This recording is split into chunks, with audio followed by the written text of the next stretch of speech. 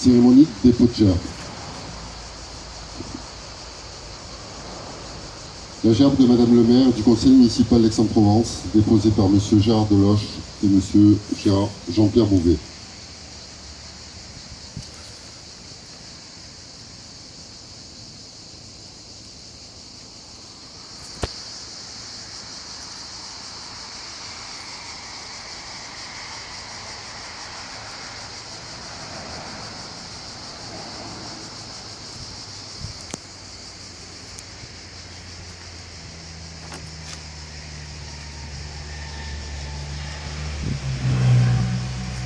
La gerbe de Monsieur Jean-David Ciotte, député des Bouches-du-Rhône, déposée par Madame Noël Cicolini.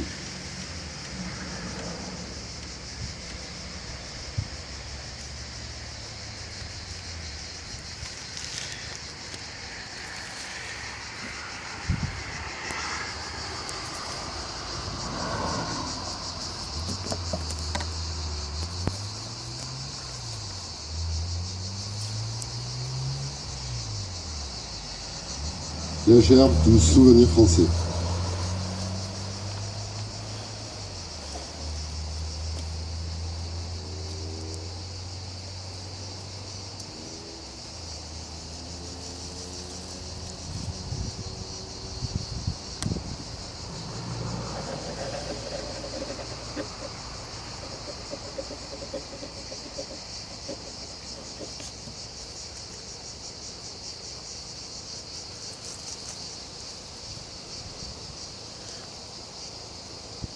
La gerbe de l'ANAC, déporté et interné de la Résistance.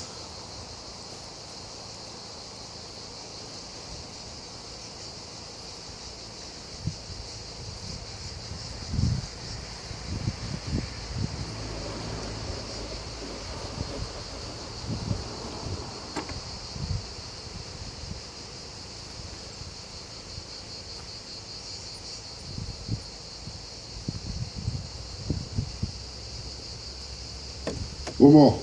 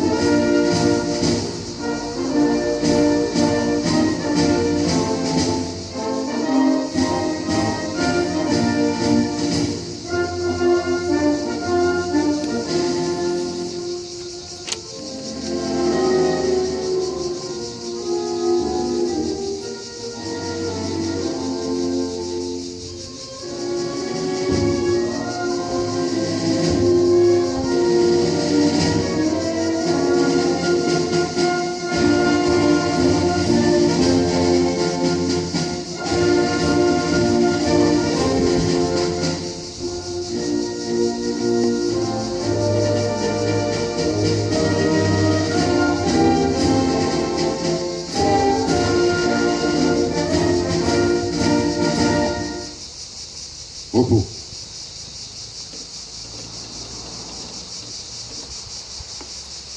Prise de parole de Monsieur Ange White pour le souvenir français.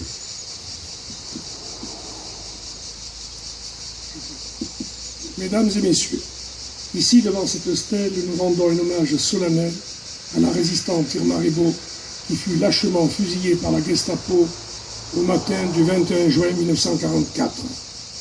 Originaire de Lorraine, française de souche, elle ne pouvait pas mieux faire que de connaître la barbarie nazie et savoir ce qui l'attendait au cas où elle se ferait prendre.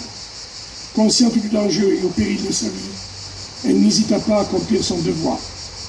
Mission, liaison, poste clandestin de radio, terrain de parachutage, transport, dépôt et cachette d'armes, tout se faisait et se préparait chez elle. C'est pour elle une joie de recueillir, de garder, de réconforter les parachutistes, les officiers, radio, chefs de mission qui nous venaient d'Alger. Non contente d'avoir fait de sa demeure le quartier général de la résistance, elle trouvait qu'elle pouvait en faire encore plus. Elle choisirait toujours les missions les plus dangereuses, n'hésitant pas à parcourir jusqu'à 100 km en bicyclette pour assurer une liaison ou porter un ordre urgent. Quelques jours avant sa mort, elle fut face à l'ennemi. Arrêtée avec toute sa famille, mais immédiatement séparée des siens, Irma Rebo fut amenée au coin du bois, dans les environs de Rognes, où la Gestapo pensait que son mari se cachait.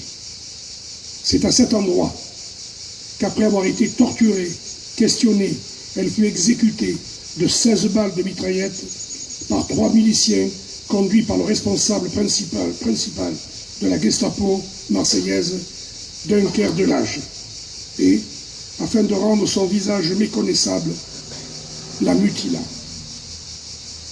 La Gestapo l'avait torturée en vain, puisqu'elle n'avait réussi à obtenir de Madame Rebo aucun renseignement, ni sur l'organisation qu'elle avait créée avec les siens, ni sur le capitaine Rebo.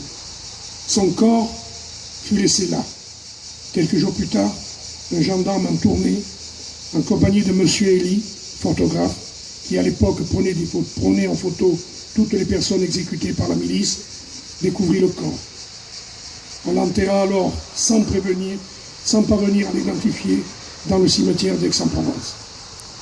Ce n'est qu'un an plus tard, après avoir effectué de très longues démarches, qu'on en apprit où reposait Madame Rebo, la belle-sœur de la victime qui identifia le corps grâce à ses cheveux et au pull vert qu'Irma Rebo portait, pull vert qu'elle avait elle-même tricoté. Madame Rebo repose actuellement dans le caveau de la famille au cimetière de la Motte d'Aigues. Dunkerque du Lage, lui, jugé à Marseille par le tribunal de la 9e région militaire, fut condamné à mort. Je vous remercie.